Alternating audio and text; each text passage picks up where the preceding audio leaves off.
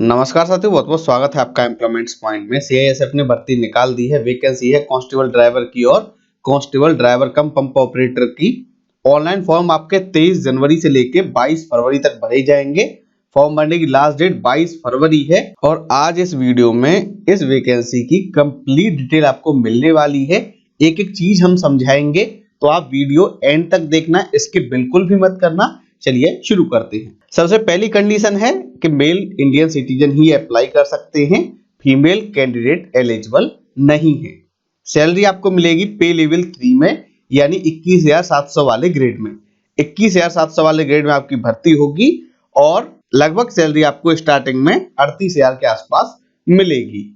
यहाँ पर जो दिया गया है टेम्परेरी पोस्ट, ये पोस्ट टेम्परेरी नहीं है। होता क्या है कि जब वैकेंसी निकलती है तब पोस्ट टेम्परेरी ही होती है, उसके बाद उसको परमानेंट कर दिया जाता है। तो हर डिपार्टमेंट में पहले से पोस्ट क्रिएट नहीं होती हैं, पहले वैकेंसी निकलती है, वैकेंसी भरी जाती है, तब मिनिस्ट्री का अप्रूवल मिलता है। इस तरीके से पोस्ट परमानेंट होती हैं। तो ये टेम्परेरी शब्द है, इस पर ध्यान मत देना। वैकेंसी आपकी 60 साल तक की नौकरी वाली है, उस बारे में आप बिल्कुल भी चिंता मत करना। अब बात कर लेते हैं वैकेंसी की। वैकेंसी कांस्टेबल ड्राइवर की जो आई है डायरेक्ट, वो आई है 183। वहीं ड्राइवर कम पंप ऑपरेटर की यानी फायर सर्विस में ड्राइवर की वैकेंसी आई है 268। टोटल 451 वैकेंसी है। सामान्य की वैकेंसी कांस्टेबल ड्राइवर की 76, एससी की 27, एसटी की 13, ओबीसी की 49, ईडब्ल्यूएस की आई है 18। इसके अलावा एक्सर्विसमैन की 10% वैकेंसी रिजर्व रहती है। कांस्टेबल पंप ड्राइवर की 111 वैकेंसी सामान्य की है, 40 है एससी की, एसटी की 19 है, ओबीसी की 72 है, ईडब्ल्यूएस की 26 है। टोटल 268 वैकेंसी है, जिसमें से 27 वैकेंसी एक्स-सर्विसमैन के लिए आई है। टोटल वैकेंसी है आपकी 451। ये ऑल इंडिया बेसिस पर आपके लिए आई है और ऑल इंडिया ही आपके एग्जाम सेंटर बनेंगे। ऑनलाइन फॉर्म जो आपके भरे जाएंगे वो भरे जाएंगे CISF-RECTT.in वेबसाइट से, और इसमें पहले PST PET होगा, डॉक्यूमेंटेशन होगा, ट्रेड टेस्ट होगा, उसके बाद रिटन एग्जाम होगा, उसके बाद होगा आपका डिटेल मेडिकल एग्जामिनेशन। और एग्जाम में आपको कम से कम 35% नंबर लाने होंगे अगर आप सामान्य ईडब्ल्यूएस वाले हैं, वही 33% नंबर लाने होंगे अगर आप SC/ST OBC हैं।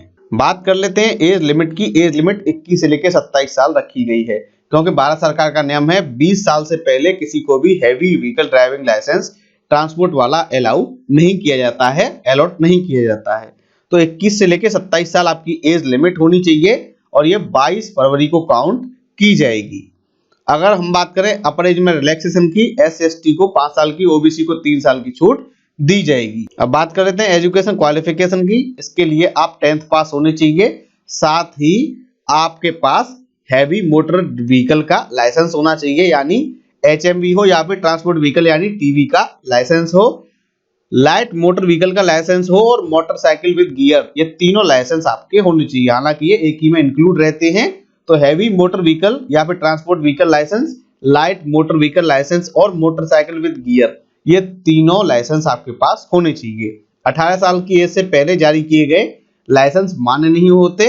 वही ट्रांसपोर्ट व्हीकल के लिए 20 साल से पहले जारी किया गया ड्राइविंग लाइसेंस मान्य नहीं होता। इस चीज का भी आप ध्यान रखें। साथ ही इसमें एक्सपीरियंस मांगा गया है, और एक्सपीरियंस कैसे है कि चाहे तो लाइट मोटर व्हीकल और मोटरसाइकिल का हो, या फिर ट्रांसपोर्ट व्हीकल का हो, या फिर हैवी मोटर व्हीकल का हो, 3 साल का एक्सपीरियंस होना चाहिए। यानी आपका अगर लाइट का भी ड्राइविंग लाइसेंस बना है तो वो कम से कम 3 साल पुराना होना चाहिए। कितने साल?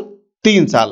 तो आपका लाइसेंस 22 फरवरी 2020 से पहले का होना चाहिए, यानी 22 फरवरी 2020 के बाद जिनके ड्राइविंग लाइसेंस बने हैं, लाइट व्हीकल वाले, हैवी व्हीकल वाले, वो एलिजिबल नहीं है, क्योंकि सबसे पहले लाइट वाला ही बनता है। तो लाइट मोटर व्हीकल का जो लाइसेंस है वो आपका 2020 फरवरी तक बना हुआ होना चाहिए। ये इसमें बाध्यता है, 3 साल का एक्सपीरियंस मैंडेटरी है। बात कर लेते हैं फिजिकल स्टैंडर्ड की। जनरल SC OBC वालों के लिए हाइट है 167 सेंटीमीटर, चेस्ट है 80 सेंटीमीटर और 5 सेंटीमीटर का फलाव हो, यानी 80 से लेकर 85 आपकी चेस्ट होनी चाहिए सेंटीमीटर में।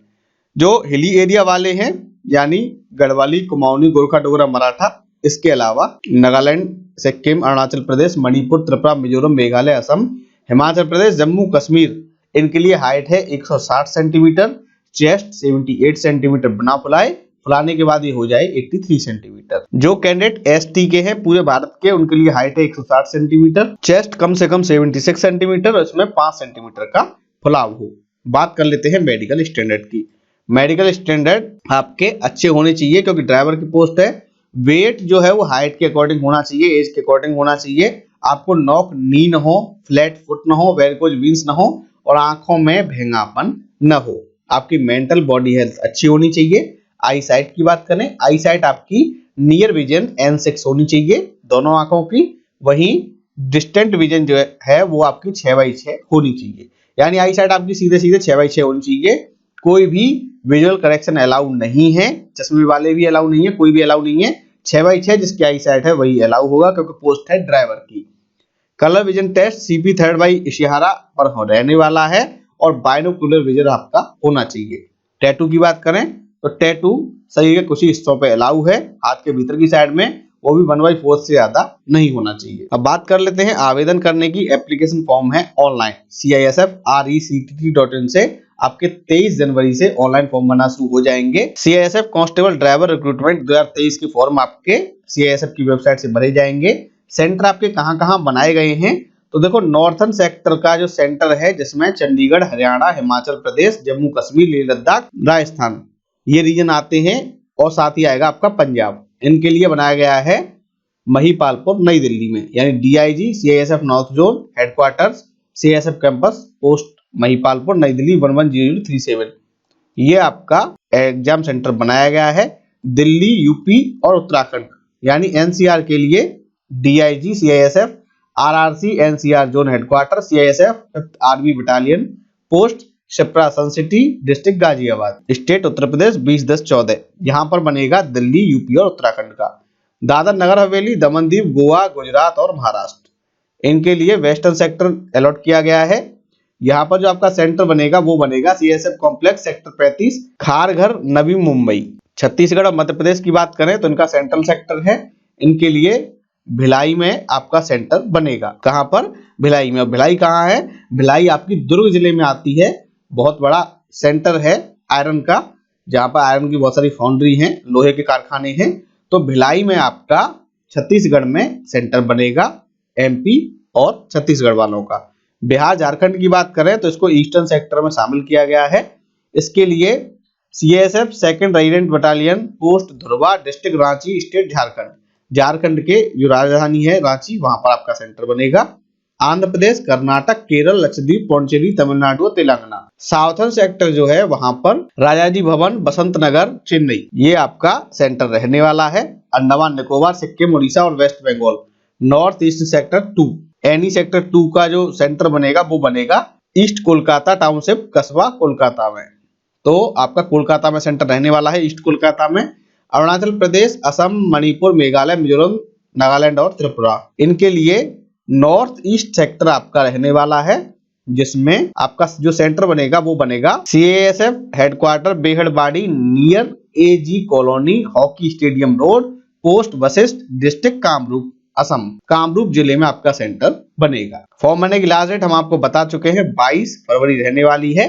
फॉर्म जब आप भरेंगे तो आप अपना फोटोग्राफ जो है वो अपलोड करेंगे और ये 3 महीने से ज्यादा पुराना नहीं होना चाहिए। फोटो के ऊपर आपकी डेट जो है वो मेंशन होनी चाहिए क्लियरली कि ये फोटोग्राफ किस डेट को लिया गया था। साथ ही आप सिग्नेचर अपलोड करेंगे और जो भी डॉक्यूमेंट रिक्वायर्ड हैं वो आप PDF फॉर्मेट में स्कैन करके अपलोड करेंगे। एजुकेशन और एज वाले जो हैं तो फोटोग्राफ और सिग्नेचर आप JPG फॉर्मेट में, वही डॉक्यूमेंट PDF फॉर्मेट में अपलोड करेंगे। आप एक ही फॉर्म भरेंगे और उसमें अपनी चॉइस देंगे, जैसे constable driver first preference, constable DCPO second preference या फिर constable DCPO first preference, constable driver second preference. अब बात कर लेते हैं एप्लीकेशन फीस की। एप्लीकेशन फीस मिनिमल है, मात्र 100 रुपए है और ये सामान्य OBC EWS के मेल कैंडिडेट को देनी है। फीमेल कैंडिडेट को फीस नहीं देनी है। SC ST एक्स-सर्विसमैन को भी फीस पे नहीं करनी है।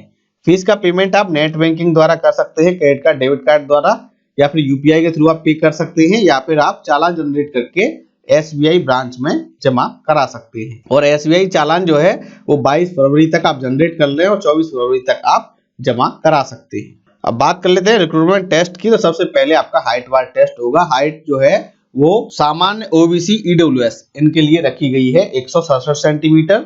वहीं जो एसटी वाले हैं, हिली एरिया वाले हैं, नॉर्थ ईस्ट वाले हैं, उनके लिए है 160 सेंटीमीटर। हाइट वार टेस्ट में क्वालिफाई होने के बाद आपका फिजिकल स्टैंडर्ड टेस्ट और फिजिकल एफिशिएंसी टेस्ट होगा।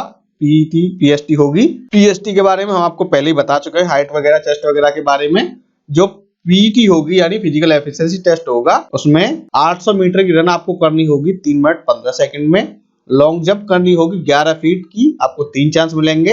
हाई जंप आपको करनी होगी 3 फीट 6 इंच की, इसके लिए भी आपको 3 चांस मिलेंगे। तो आपको 800 मीटर की रन करनी है, 11 फीट की लॉन्ग जंप करनी है, 3 फीट 6 इंच की हाई जंप करनी है। ये आपको फिजिकल में करना ही होगा। इसके बाद होगा आपका डॉक्यूमेंटेशन।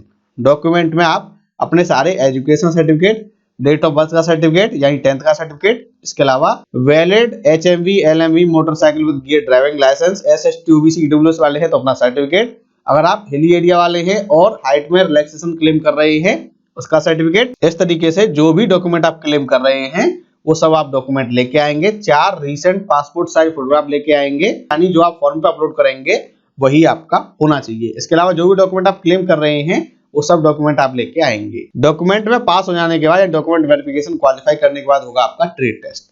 ट्रेड टेस्ट में सबसे पहले आपको लाइट मोटर व्हीकल चला के देखना होगा। 50 नंबर का ये रहेगा, कम से कम आपको 25 नंबर लाने होंगे। उसके बाद आपसे हैवी व्हीकल चलवाया जाएगा, ट्रक बस चलवाई जाएगी, 50 नंबर का रहेगा, कम से कम 25 नंबर लाने होंगे।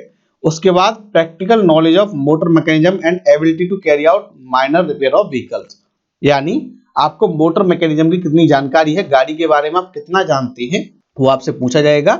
साथ ही छोटी मोटी टूट फूट है, खराबी है, वो आप सही कर सकते हो, इसका भी टेस्ट लिया जाएगा। क्योंकि रास्ते में अगर गाड़ी खराब हो गई तो वहां पर आपको मिस्त्री अवेलेबल नहीं होगा, तो आपको खुद ही वो ठीक करनी होगी छोटी मोटी कमियां। तो इसके लिए 30 नंबर रहेंगे, उसमें कम से कम 15 नंबर आपको लाने होंगे। आपको तीनों टेस्ट जो ट्रेड टेस्ट है वो क्वालिफाई करने होंगे, यानी आपको लाइट व्हीकल भी चलाना होगा, यानी कार भी चलानी होगी, बस ट्रक भी चलाने होंगे और गाड़ी की थोड़ी बहुत जानकारी भी आपको होनी चाहिए। इसमें क्वालिफाई होने के बाद आपको रिटन टेस्ट के लिए बुलाया जाएगा। रिटन टेस्ट जो होगा वो ओएमआर बेस्ड हो सकता है या फिर आपका कंप्यूटर बेस्ड रहे। जो पेपर आएगा उसमें जनरल अवेयरनेस, जनरल नॉलेज के सवाल आएंगे, प्रारंभिक गणित के सवाल आएंगे, एनालिटिकल एप्टीट्यूड आएगा। इसके अलावा आपकी एबिलिटी को परखा जाएगा, ऑब्जर्व एंड डिस्टिंग्विश पैटर्न यानी वर्बल नॉन वर्बल टाइप की रीजनिंग आएगी और बेसिक नॉलेज आपकी इंग्लिश हिंदी की परखी जाएगी। 100 नंबर का पेपर होगा, 100 क्वेश्चन आएंगे, 2 घंटे का आपको टाइम मिलेगा। मिनिमम क्वालिफाइंग मार्क्स हम आपको बता चुके हैं, 35% रहेंगे सामान्य ईडब्ल्यूएस के लिए, वही एसएसटी ओबीसी के लिए 33%। इसके ऊपर ही आपकी मेरिट बनेगी। और रिटन एग्जाम में क्वालिफाई होने के बाद होगा आपका detail medical examination. Detail medical examination में पास होने के बाद ही आपको फाइनली ज्वाइन कराया जाएगा। अगर आप फेल हो जाते हैं तो आपको रिव्यू मेडिकल का विकल्प रहेगा। रिव्यू मेडिकल में अगर आप पास हो जाते हैं तो आपको शामिल किया जाएगा। साथियों, आपने वीडियो पूरा देख लिया है तो हमें उम्मीद है आपको हर चीज समझ में आ गई होगी। फिर भी अगर आपकी कोई क्वेरी है तो आप हमें पूछ सकते हैं। 23 जनवरी 2023 से लेके 22 फरवरी 2023 तक फॉर्म भरे जाएंगे CISF कांस्टेबल ड्राइवर रिक्रूटमेंट 2023 के। अगर आपको ये वीडियो पसंद आया हो तो इस वीडियो को लाइक कीजिए, शेयर कीजिए, और अगर आप नए हैं हमारे चैनल पर तो हमारे चैनल को सब्सक्राइब कर लीजिए, क्योंकि यहाँ मिलती है सही जानकारी एकदम सरल भाषा में। धन्यवाद।